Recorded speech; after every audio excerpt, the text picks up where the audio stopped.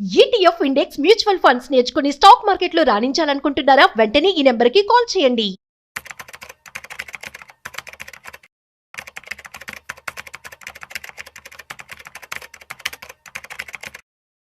Hello నమస్తే welcome to Suman TV. ప్రస్తుతం మనతో పాటు మార్కెట్ అప్డేట్స్ గురించి మాట్లాడడానికి మనతో పాటు సుందరరామరెడ్డి గారు ఉన్నారు. వీరితో మాట్లాడి మరికొన్ని విషయాన్ని మనం తెలుసుకుందాం. హలో అండి, నమస్తే. నమస్తే మేడం. ఇప్పుడు చూసుకుంటే మనకి ఇన్వెస్టర్స్ అండ్ రీటైలర్స్ వాళ్ళవే ఎక్కువగా పెరుగుతున్నాయి మన ఇండియా ఇన్వెస్టర్ దాంట్లో. ఇప్పుడు అండ్ ఎఫ్ఐస్ వాళ్ళవి అండ్ ప్రమోటర్స్వి తగ్గుతూ వస్తున్నాయి. కంపారిటివ్లీ చూసుకుంటుంటే వాళ్ళ వాటా అనేది తగ్గుతుంది. సో ఎలా చూడాలంటారు దీన్ని? ఇండియాలో ఇండియన్ స్టాక్ మార్కెట్ లో మనం చూస్తే కనుక mutual funds and individual retailers హవా నడుస్తుందండి. అండ్ హిస్టరీలో ఫస్ట్ టైం వీళ్ళ వాటా పెరుగుతో ప్రమోటర్ వాటా అండ్ ఎఫ్ఐఎస్ వాటా తగ్గటం అనమాట. రీసెంట్ గా ఈ ఎన్ఎస్ఏ వాళ్ళ డేటా ప్రకారం మనం చూసాం అనుకోండి, అంటే ప్రమోటర్ వాటా బాగా తగ్గుతా పోతుంది. ఎంత అంటే 4 క్వార్టర్ల లోలో ఉంది ఇప్పుడు, అంటే బిలో 50కి వచ్చింది. అంటే లిస్ట్ అయిన కంపెనీలో ఫస్ట్ టైం యావరేజ్ మీద బిలో 50కి వచ్చింది అనమాట ప్రమోటర్ క్వాంటిటీ. సెబీ గైడ్లైన్స్ ప్రకారం ఏంటంటే అప్ టు 75% దాకా ఉంచుకోవచ్చు ప్రమోటర్లు కావాలంటే. ఈ ప్రమోటర్లు అంటే ఎవరైతే కంపెనీ స్టార్ట్ చేశారో వాళ్ళు ప్రమోటర్స్ అనమాట వాళ్ళు. అండ్ మొత్తం మీద కంపెనీ పర్టికులర్గా నిఫ్టీ 50 కంపెనీస్ చూసాం అనుకోండి, ప్రమోటర్ ఓనర్షిప్ అయితే 23 సంవత్సరాల లోలో ఉంది ఇప్పుడు. ప్రమోటర్స్ వాటా అంటే వాళ్ళు అమ్మేసుకుంటూ పోతున్నారు. కొంచెం మార్కెట్ పీక్ లెవెల్ ఉన్నప్పుడు కొంచెం అమ్మేస్తా పోతున్నారు. అట్లా ఇప్పుడు 23 ఇయర్స్ లోలో ఉంది ప్రమోటర్ ఓనర్షిప్, ఏది నిఫ్టీ 50 కంపెనీస్ లో. అలాగే నిఫ్టీ 500 కంపెనీస్ లో మనం చూసాం అనుకోండి, 22 క్వార్టర్స్ లోలో ఉంది. అంటే అక్కడ కూడా ప్రమోటర్లు అమ్మేసుకుంటున్నారు. అండ్ ప్రైవేట్ ఇండియన్ ప్రమోటర్ల వాటా అయితే అంటే 30% డ్రాప్ అయింది. అంటే ఇది కూడా లోయెస్ట్ లాస్ట్ 5 years లో.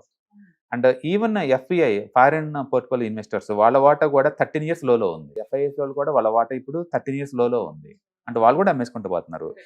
ఇట్లా ప్రమోటర్లు అమ్మేసుకుంటూ పోతుంటే అండ్ ప్రైవేట్ ఇండియన్ ప్రమోటర్స్ అమ్మేస్తుంటే పోతుంటే ఎఫ్ఐఎస్ అమ్మేస్తుంటే ఎవరు తీసుకుంటున్నారు వాళ్ళ దగ్గర నుంచి అంటే మ్యూచువల్ ఫండ్స్ అండి. మ్యూచువల్ ఫండ్స్లో ఇంతకుముందు 10.6 ఉందండి వాళ్ళ వాటి ఇప్పుడు 10.6 ఉందన్నమాట. 10.6 మ్యూచువల్ ఫండ్ వాళ్ళది. యాక్టివ్ మ్యూచువల్ ఫండ్స్ ఏమో 8.6% ఉంది.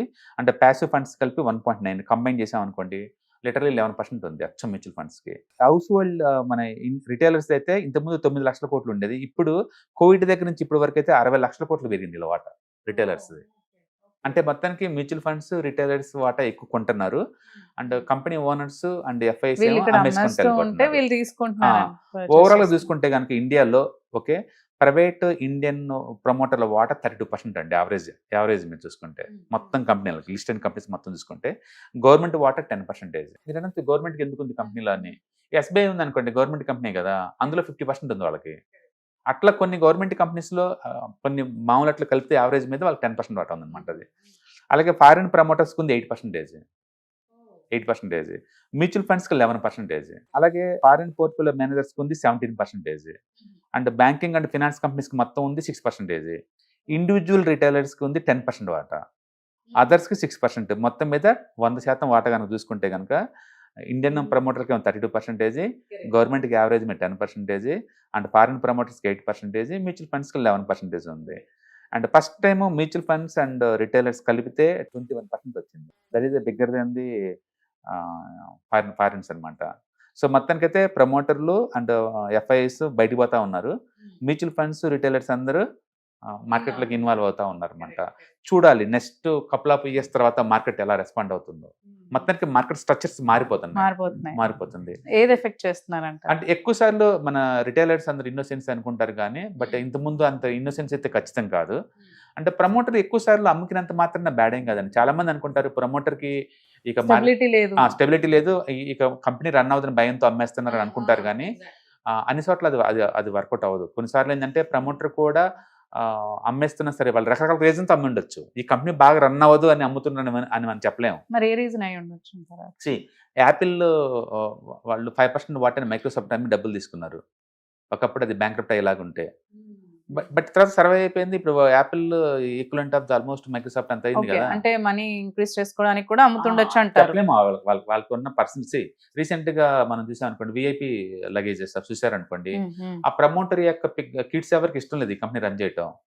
అందుకని ప్రమోటర్ ఏం చేశాడంటే కంపెనీని అమ్మేశాడు వేరే వాళ్ళకి. 35% ఏదో వాటా ఉంటే మొత్తం అమ్మేశాడు. బట్ దాని అర్థం ప్రమోటర్ అక్కడ అమ్మాడు అంటే కంపెనీ బాగా లెక్క లేదని కాదు కదా. అందుకే రకరకాల రీజన్స్తో తగ్గుతున్నట్టున్నారు. మొత్తానికైతే ఇండియన్ మార్కెట్ స్ట్రక్చర్ చేంజ్ అవుతున్నాయి. రిటైలర్స్ చాలా ర్యాపిడ్గా మార్కెట్ని ఆక్యుపై చేస్తున్నారు. అండ్ ప్రపంచం మొత్తం మీద చూసుకుంటే లీస్ట్గా ఎఫ్ఐఎస్ మీద డిపెండ్ అయిన మార్కెట్ ఈ పాయింట్ ఆఫ్ టైంలో ఇండియన్ మార్కెటే లీస్ట్గా డిపెండ్ అయింది. ఎక్కువ డిపెండ్ అయింది తైవాన్ అండ్ బ్రెజిల్స్ అండి. అక్కడ లిటర్లీ 50% అచ్చం ఫారిన్ వాళ్ళ మీద డిపెండ్ అవుతుంది వాళ్ళ మార్కెట్స్. మనది అట్లా కాదు, కేవలం 11% ఉంది ఫారిన్ వాళ్ళకి ఉంది. కాబట్టి మనది లీస్ట్ మార్కెట్ అనమాట.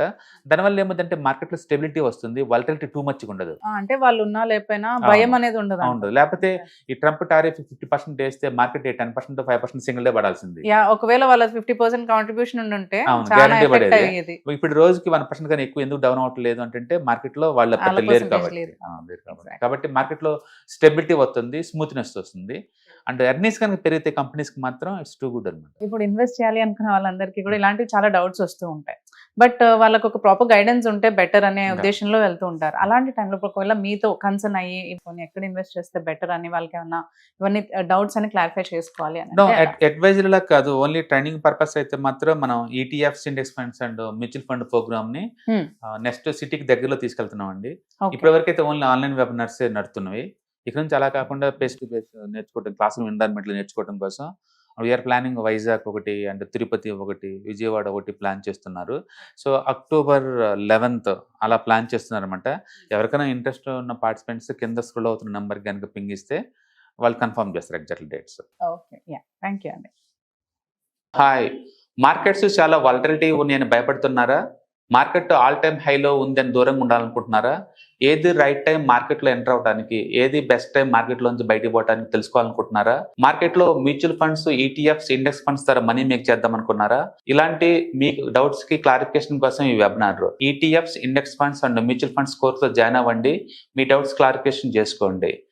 Every month Saturday, Sunday and Monday conduct చేసే ఈ కోర్సులో మీకు ఈటీఎఫ్స్ అంటే ఏంటి, ఇండెక్స్ ఫండ్స్ అంటే ఏంటి, మ్యూచువల్ ఫండ్స్ అంటే ఏంటి, different type of ETFs, index funds, mutual funds అంటే ఏంటి, ఇందులో ఇన్వెస్ట్ చేయడం ద్వారా లాంగ్ టర్మ్ లో వెల్త్ ఎలా క్రియేట్ చేసుకోవాలా, షార్ట్ టర్మ్ లో ఎలా వెల్త్ క్రియేట్ చేసుకోవాలా, ఎనీబడి కెన్ ట్రేడ్ ప్రోగ్రామ్ ఎలా పార్టిసిపేట్ చేయాలా, ఇలాంటి అన్నిటికీ మీకు ఆన్సర్ దొరుకుతుంది. కాబట్టి మీకు ఎవరికన్నా ఇలాంటి వాటిలో వెల్త్ క్రియేట్ చేయాలని కనుక ఇంట్రెస్ట్ కనుక ఉంటే కింద స్క్రోల్ అవుతున్న నెంబర్ కి కాల్ చేయడం ద్వారా మీ సీట్ ని బుక్ చేసుకోండి. Thank you.